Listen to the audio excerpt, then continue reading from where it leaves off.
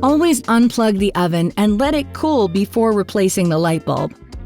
Only use a 25-watt, 120 voltage G9 oven bulb. First, remove the wire rack from the oven before replacing the light. You'll notice the light is positioned on the left-hand side of the oven cavity. Position your fingers on the outside of the light housing and gently pull the glass cover away from the oven wall to remove it. If you can't pull the cover off, grab a spoon, slide it into the left side of the light housing and gently lever the glass cover off. Always hold the glass cover with the other hand to prevent the cover from falling and breaking. Remove the light bulb by gently yet firmly pulling it out of its holder. Use a soft cloth to insert the new bulb into the holder. Do not directly touch the surface of the bulb with your fingers, as your natural skin oils can damage the bulb. Reattach the glass cover by aligning the metal hook with the left side of the light housing.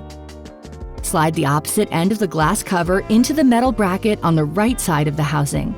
Finally, push the metal hook into the left side of the housing until it's secure.